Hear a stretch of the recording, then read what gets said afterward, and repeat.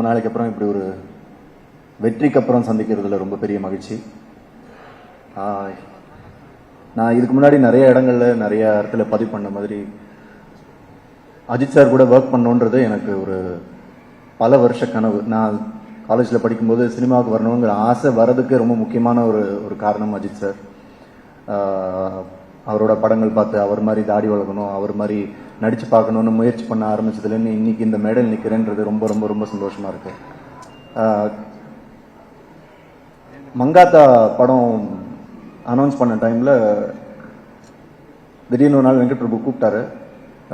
அப்போ தான் நான் எங்கேயோ வெளியூர்லேருந்து வந்து சென்னையில் லேண்ட் ஆயிருந்தேன். ஏர்போர்ட்டில் மச்சி நேராக இங்கே வந்துருக்கணும்னு நேராக போனோம். மங்காத்தா படம் பண்ணுறோம், நீ அதில் இருக்க அப்படின்னு சொல்லி அன்றைக்கி நைட்டு பயங்கரமாக பார்ட்டியெல்லாம் பண்ணிட்டோம். அப்புறம் என்னாச்சுன்னு தெரியல, for some reason I couldn't be part of that film. அப்போத்துலேருந்து ஆல்மோஸ்ட் அஜித் சாரோட ஒவ்வொரு படம் அனௌன்ஸ் பண்ணும்போதும் அதில் நான் இருக்கிற மாதிரி வந்து கை கெட்டுற தூரத்தில் வந்து அது அப்படியே காணாமல் போயிட்டே இருந்தது. எனக்காக ஒவ்வொரு தடவையும் அதை மிஸ் ஆகும்போது என்னை விட அதிகமாக சுரேஷ் சார் வருத்தப்பட்டிருக்காரு. அவரை விட அதிகமாக அஜித் சார் ஃபேன்ஸ் நிறைய பேர் நான் அந்த படத்தில் இருக்கணும்னு எனக்காக பேசியிருக்காங்க, வாழ்த்திருக்காங்க. இன்னைக்கு அந்த கனவு நடந்திருக்கு.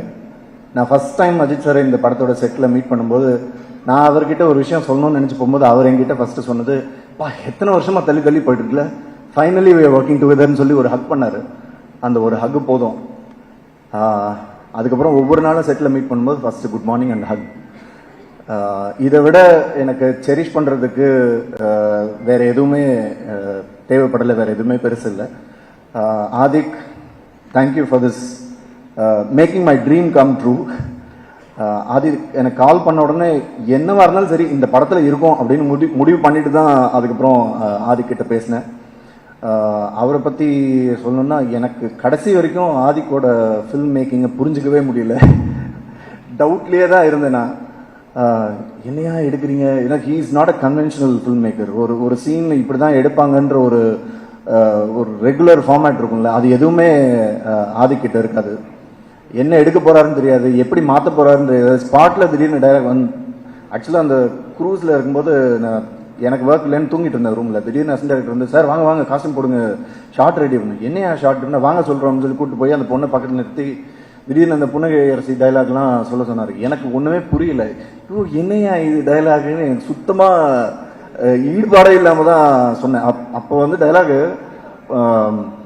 புன்னகை அரசிக்கு தெரியாமல் பண்ணோம்ல அப்படின்னு இருந்தது, அது வேற பயம். அப்புறம் டப்பிங்கில் அவங்க அப்பா கிட்ட பர்மிஷன் கேட்டு புன்னகை அரசிட்ட கேட்டுட்டு மாற்றிக்கிறேன்னு ஏதோ டைலாக் மாற்றினேன். கடைசி வரைக்கும் எனக்கு புரியாமையே நடிச்ச ஒரு படம். ஆனால் ஆதிக், தேங்க்யூ ஸோ மச்.